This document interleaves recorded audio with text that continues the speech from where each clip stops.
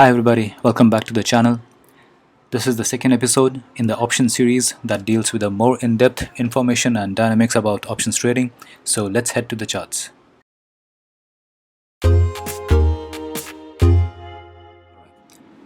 As we saw in the previous episode, that the options are very risky in nature, but they have the potential to give us huge profits, and they also help us in hedging our current positions. How you can use option trading to hedge our current position, we will see in later episodes. Okay, but for now you understand that they are very risky in nature when it comes to trading in options, but they also have the potential to give us big profits. All right, and of course they are a very good hedging tool. All right, okay, now what are options? Options are nothing but a derivative of a stock or an index. All right, in this as we saw in the previous episode, you have two entities in the options market. You have a seller and you have a buyer. Okay, the sellers are selling options and the buyers on the other hand are buying options from the sellers, and whenever this occurs, buying and selling occurs, there is a contract, okay, which of course runs into millions. All right, okay, and the contract can be of a stock or of an index. Okay, I hope this simple definition is clear. All right, now let's see what are the types of options. You have basically two types, call and put. Now let's see the definition here. There is no need to by heart them, but as you advance into understanding options, you will understand this definition much better. But for now, just try to get an idea. All right. Call option, it gives the holder the right but not the obligation to buy. Okay, I'll repeat this. In call option, it gives the holder the right but not the obligation to buy a stock at a certain price by a certain date. All right. On the other hand, there is put, which gives the holder the right but not the obligation to sell. Once again, in put options, it gives the holder the right but not the obligation to sell a stock at a certain price by a certain date. Okay. All right. As I said, as we advance into options, you will understand this definition much clearer. All right. Now we just mentioned certain price by a certain date here, right? So what is this certain price? Certain price is the strike price. And what is a strike price? It is nothing but the price at which an investor or a trader can buy or sell his or her derivative contract. All right. And what is a certain date? Certain date is the expiration date. Okay. Every option has a expiration date. You cannot hold it forever. All right. So in the Indian stock market, you have two expiration dates. One is weekly and one is monthly. Weekly means that whenever, suppose for example, if you buy a call option on say Friday or a Monday, then you have till the coming Thursday to exercise your option or to buy or sell that option or to square it off.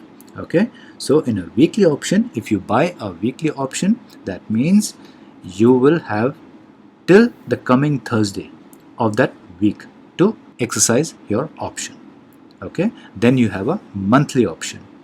In the monthly option, the last Thursday of the month is the expiration date. All right, I hope you understood this definition. Okay, now this is a typical depiction of when you make a trade, okay, of a particular trading platform. It differs from platform to platform, okay, but it's just to give you an idea. When you want to take a trade, these are the prime parameters you will see on your board.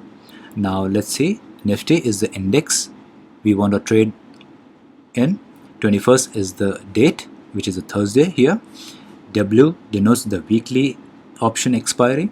Okay, APR is April, the month. 17,400 is the strike price. Remember, strike price is nothing but the price at which we intend to buy or sell. CE is call European. All right, now this tells you what type of option, whether it is a put or whether it is a call. If it is a call, it is denoted by CE. If it is a put, it will be PE. Right. Now here is the current market price or the current value of the NIFTY, and on this side we have the premium.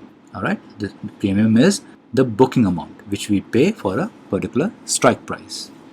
All right, now remember, this is just of a particular trading platform and this will differ, but this is just to give you an idea how it looks like. Now let's look at the options we can trade in. In the Indian stock market, you can trade in stocks as well as indices. All right. In stocks, you can trade in those options which are approved by the exchanges, and our exchanges are NSE and BSE. NSE stands for National Stock Exchange and BSE stands for Bombay Stock Exchange. In indices, you can trade in NIFTY index and the Bank Nifty. Okay, the two most commonly traded indices in the Indian stock market. All right, let's understand the index options, which are basically the most commonly traded are Nifty and Bank Nifty. If you want to trade in index options, you have to buy a lot. Okay, there are no shares in the options. All right, you need to buy a lot, and each lot in the Nifty as of today is 50 units. Before it used to be 75, now it is 50. So basically it means it keeps changing. All right, as of date it is 50 units. So one lot size of Nifty has 50 units. Okay, and Bank Nifty one lot size is 25 units. Previously I believe it was 20, but as of date it is 25. All right, now we've already seen the expiration. The index options have two expiration dates for you. One is weekly, which ends every Thursday of the week, and then you have monthly, which ends on the last Thursday of that month. All right, so this is the advantage in index. You get two expiration dates. All right, now some traders, investors, small time retailers, they have this idea that since the lot size is small in Nifty, the investment is smaller, so they prefer to trade in Nifty, or for that matter Bank Nifty. Okay, this is their idea, this is their thinking. Okay, so I just mentioned it. Now here let's look at an example. Suppose you wish to trade in Bank Nifty. So what do you need to know in this? Bank Nifty has only banks. So it is an index which comprises only of banks. So if your research is good on banks, you can track the local and international news on finance and banks, and you can form an idea whether the index of Bank Nifty is going to be bearish or bullish, whether it's going to go down or it's going to go up. Then you can look for a trend and take a option. Either you can buy or you can sell, whichever suits your view. All right. On the other hand, if you wish to trade in Nifty, for that what do you need? You need to have a good understanding. Your research on domestic and international events and issues, and especially the US markets, should be very good, and how they affect our market. All right. Similarly, if you get a good idea about them, you can get an idea whether the market is going to go up or is going to go down. Then you can look for a trend and accordingly take a trade. All right. On the other side, we have stock options.